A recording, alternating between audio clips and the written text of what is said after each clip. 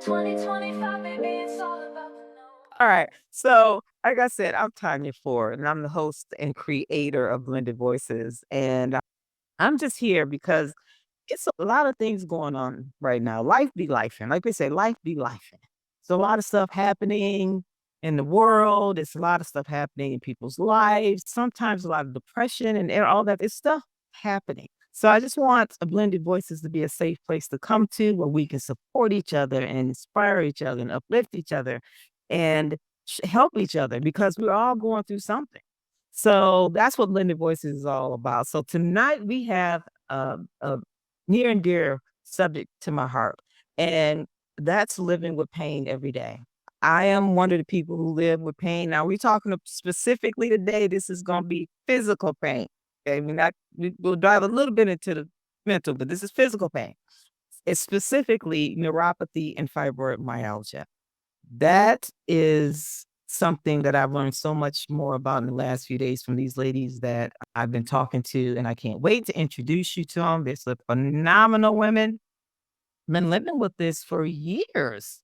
So let me first, I don't know, I'm just no particular order, y'all. Joe, I'm just going to say one, two, three, and go that way. All right, so I'm gonna put my picture on so your guest can be where I'm I showing. All right, so let's see. First, we have Emily Roberts, and she is a compassionate professional with extensive experience working with severely disabled adults in a school setting, having lived with fibromyalgia and its associated challenges. She is passionate and about improving the quality of her life, herself, and others.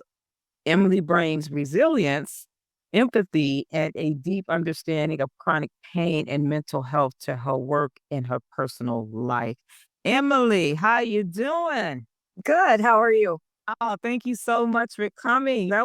I'm trying to get the mouthful out and I'm still trying to work my new eyes. So forgive me if I butchered your bio. I'll try not to butcher the next one. It's all right.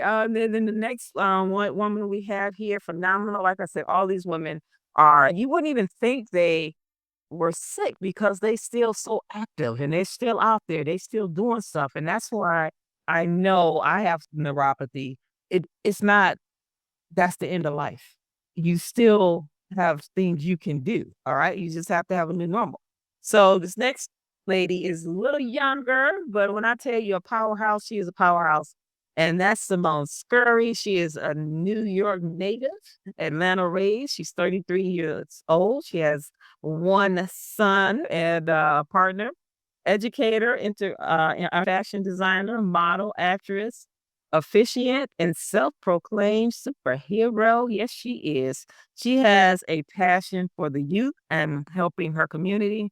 She is a proud fibromyalgia warrior and excited to be a part of spreading awareness and support. Let's welcome Simone Scurry on too. Hello. How are you? Well, thank you so much for coming on.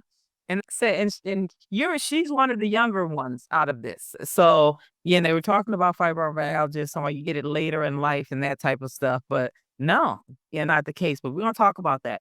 And then we have one other lady that got it pretty early in life.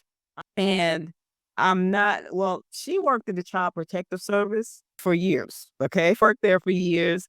47 years old. She's been living with fibromyalgia for a long time, plus other issues there. And so she has a lot that she can share with it as well. And so we're talking about the amazing Kanisha Moffett. So, Kanisha, can you bring yourself on here?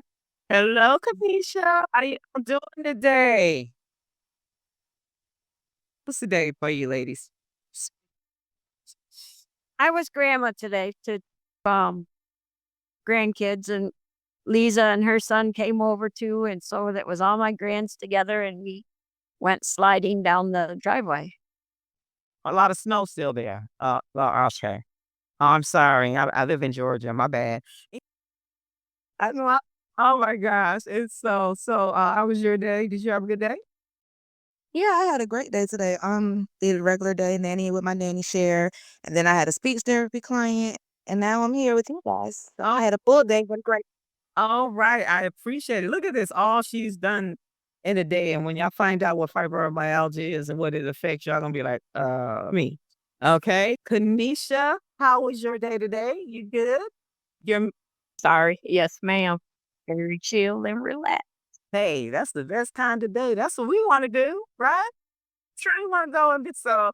All right, all right. So we talked the other day. This is not the first time we've talked about this, and the reason this is so important for me, you guys that do follow me know that I have cervical neuropathy and bulging disc issues and stuff that I've had from a car accident that I received in 2012, and I still have issues to this day.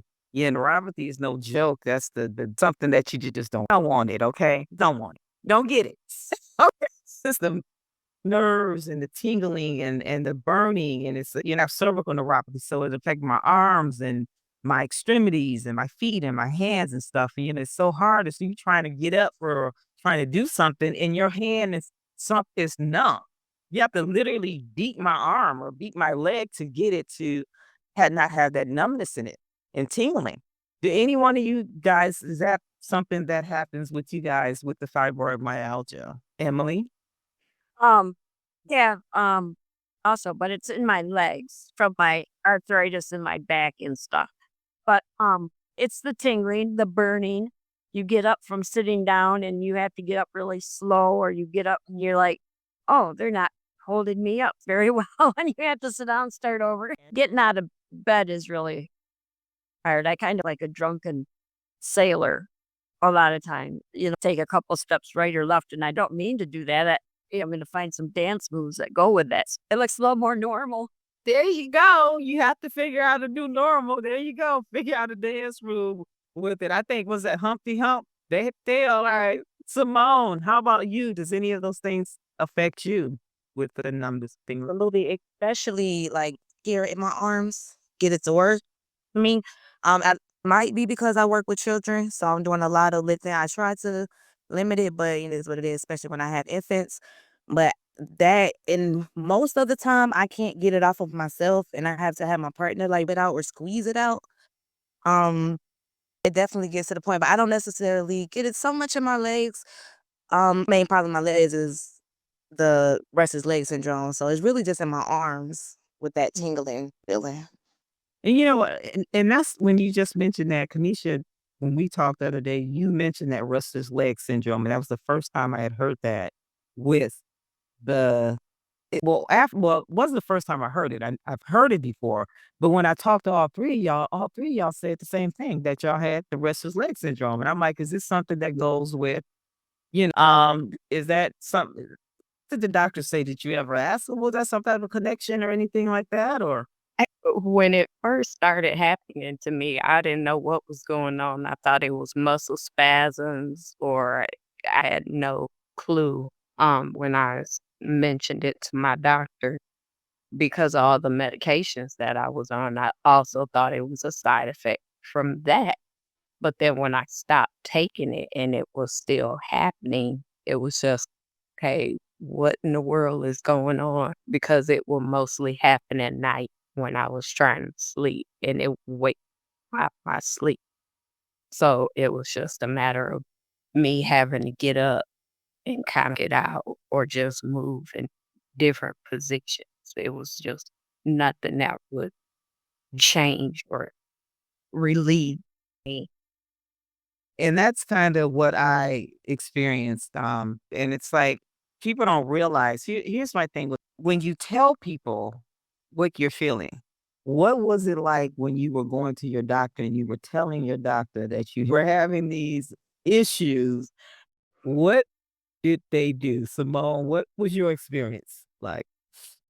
Initial experience, I came home from college, so I had to leave college home to figure it out. So my initial experience when I first got there was like questioning and judgmental on my previous lifestyle that could have been in college. Like, what you doing? Were you? And I'm like, in the bud, I wasn't on drugs or that type of thing. And then it was a long time of just like me in denial or disbelief because I was so young that they tried to make it other things. I went through 2 years of testing of blood work, getting blood work every 2 weeks for 2 years, trying to figure out what was wrong with me until eventually they told me I had fibromyalgia.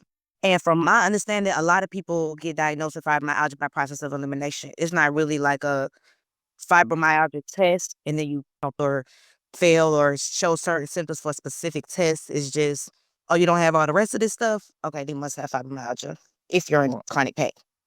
Oh, okay. Like Well, it's they're just gonna eliminate process of elimination. Is that what happened with you, Emily? Yes, most definitely. Same situation, except I went to a lot of doctors.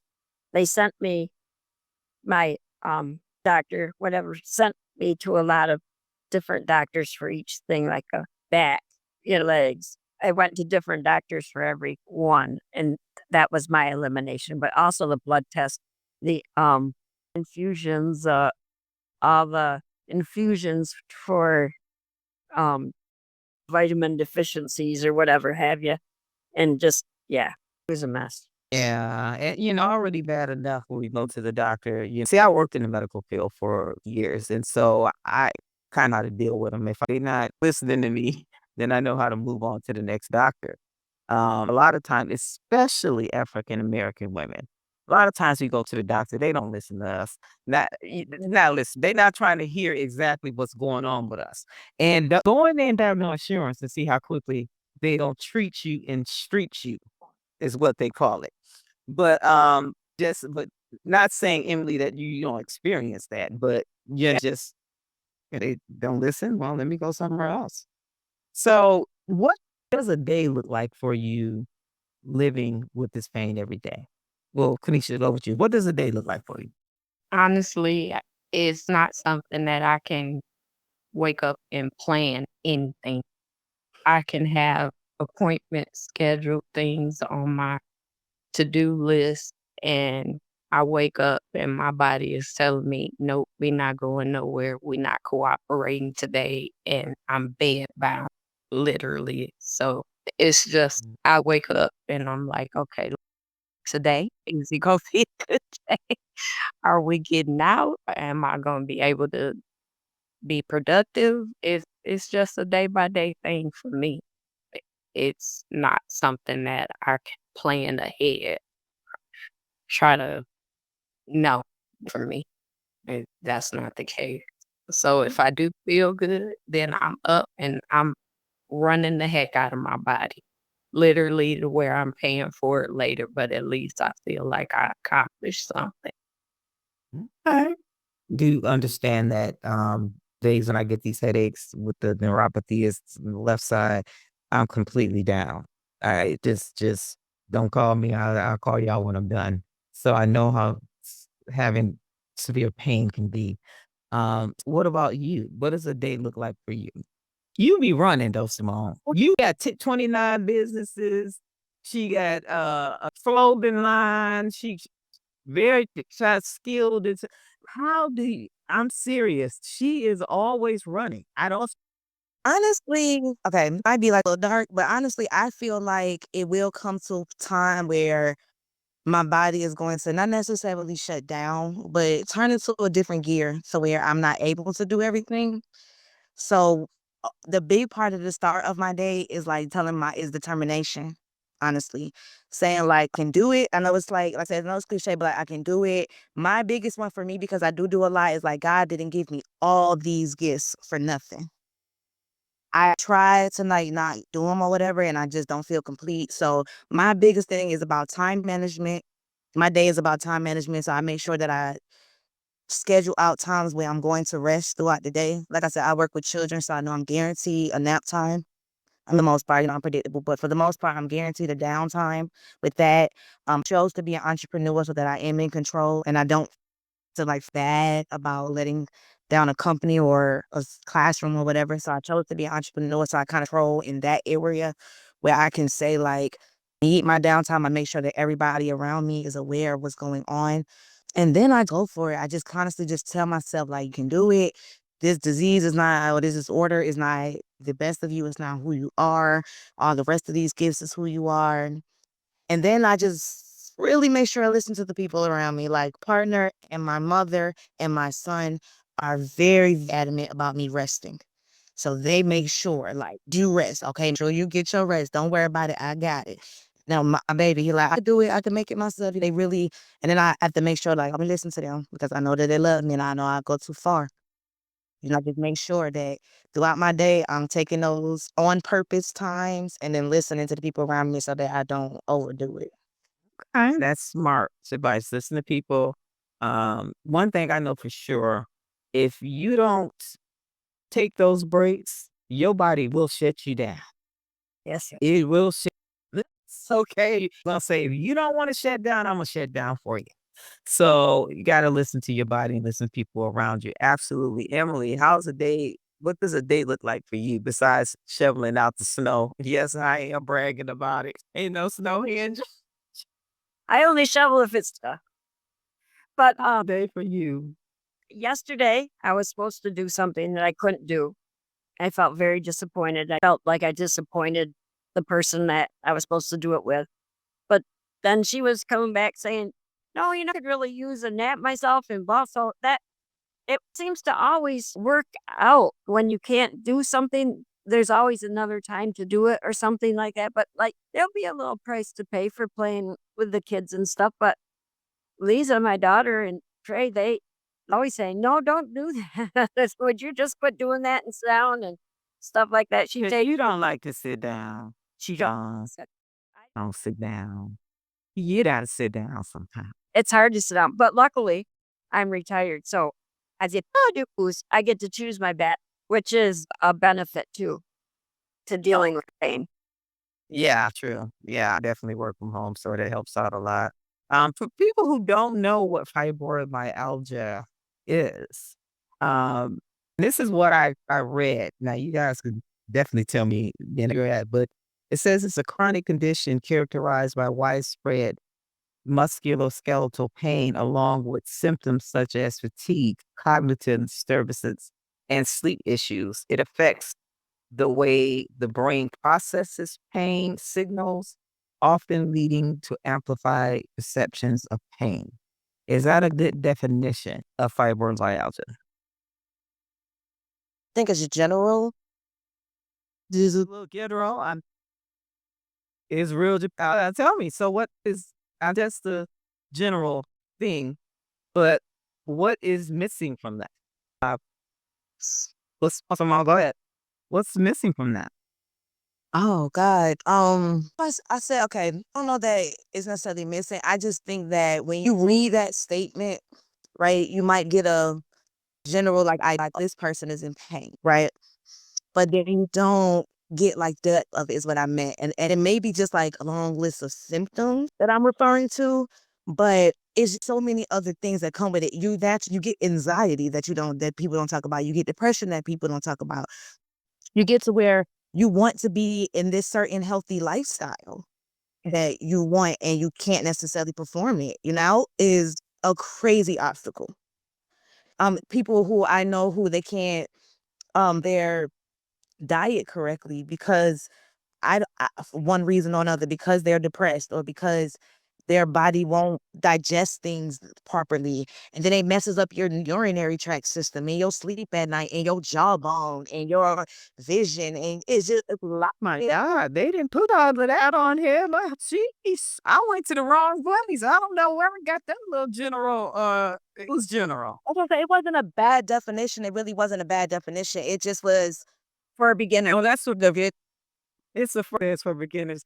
Oh, that's a Yeah, beginner. that make Or said this would be somebody that's just recently been diagnosed with it, and the longer you live with it, the more things that happen and come along. And I understand from the car accident that I got in, the guy he rear-ended me doing 50 miles per hour while I was at a stop sign, and my head hit the well so hard. Now this is May, y'all down south here. The ones that's down south, y'all know May is hot here. May 15th is okay. So at the stop sign, next thing you know, Tweety bird because I'm knocked out. And then I couldn't remember. Okay, first I said I've been in an accident, but my head was cold, and I couldn't figure out why my head was cold because it was hot. And y'all know he hit me so hard, he knocked my wig in the back seat of the car. It was and then the little cap, it was hanging on the just a little piece of hair, and I keep my wigs on pretty tight, y'all know that. And so from just that happening, that neuropathy, then I got back issues because it's like one purse. So then you start coddling, lose this side. So now you got issues over there. And then now you got issues somewhere. Oh, Emily's still laughing about my wig. The one you're gonna send me. You know what? Wait, we hanging them down? This for you. Seriously, I do. Emily, I had black wig. She wanted this wig. It's so funny. But the cervical came. It was like more and more issues came that built on, from because work. I was depressed. I had to, with a family member. Thank God I could, everything, and then depression set in. Yeah. So now you have another issue that you're dealing with. Yeah. And what to take on that? A little bit of insanity sets in. Yeah. A little crazy at first because pain's so invisible. No one knows what you're going through. And then you tell them, and they're like going, well, you're out here. You can't be that sick. Let's be that sick. But they don't realize every single thing you do, everything, you have to double think it. You're going to just say, what is this chocolate going to cost me? What is this, alcohol cost? Because they all play a part. And besides the just physical aspect, things like busy one day, and then the next day you're done out, and you're from the bed to the couch. Yeah, agree with that. What about you, Simone? Oh yeah, I agree with that. Things to me is really just about the pain being invisible, as Emily put it. The biggest that I think that I had faced at the beginning was getting people to understand the magnitude of the pain. Yeah. And magnitude of the push through of the pain. Like, don't think that because I'm here that I'm not in as much pain as I'm saying that I'm in. Exactly. Maybe that my love for you or my happiness for you or whatever it is, I'm choosing to let it outweigh it or whatever the case is. But it was a big battle with just getting people to not necessarily believe, because I believe wholeheartedly that people wanted to believe it, but it was just hard for them to really understand and grasp, like, how all these things be wrong with you all the time. Yeah, and that just it infuriates me because say if they look at you and be like, well, you don't look like you sick. Well, and anybody that know me might so I always say just because you bad don't mean you have to look bad. So don't look like I feel. Thank God I don't. But it's a lot of judgment because people don't believe. Nisha, what about you? Is that you think that's a pretty accurate assessment? Yeah, I don't say like she's with family and them believing you. And them trying to understand and comprehend, even just giving me hugs, it be painful for me. Just touching me, just giving me hugs, and having being diagnosed at 27 and me having a young son, being and just a family member that always chipped in and did everything beyond what I was supposed to do or what was expected. It ended up, told. So when I could not be that person anymore, it was hard for them to understand what you had this then, but sitting out or sitting down or, and going from that to where I am now is just like, well, what happened? Why change? I had to start making sure that I choose me and making sure that I set my butt down. And when I say, look, I love you, I want to be there to support you, is so much I want to do. But because of where I am, that's the part of my life. Ain't more.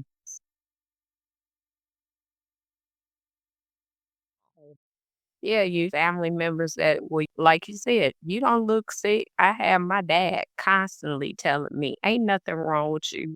That's, in the misconceptions too, when a lot of time when people can't see if it's not a knife sticking out your head or something, you things, it's like, is it really what she got or what she talking about or what she doing?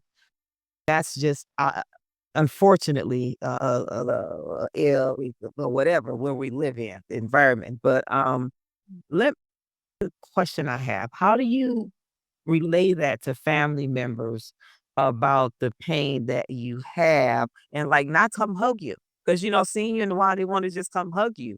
And so it's like, how do you just kind of know? And so it's personal here, but don't me because if you hurt me, I might have to hurt you. Is that your thing, Emily? Is that a Well, I'm it saying. it the I feel the worst about is Greg used to come up behind me and put his elbows on my shoulders, and I'd always wiggle out of it, and I didn't realize it was because of my pain. I hadn't been diagnosed, but things like that hurt. Crossing my ankles in bed hurt. The contact of any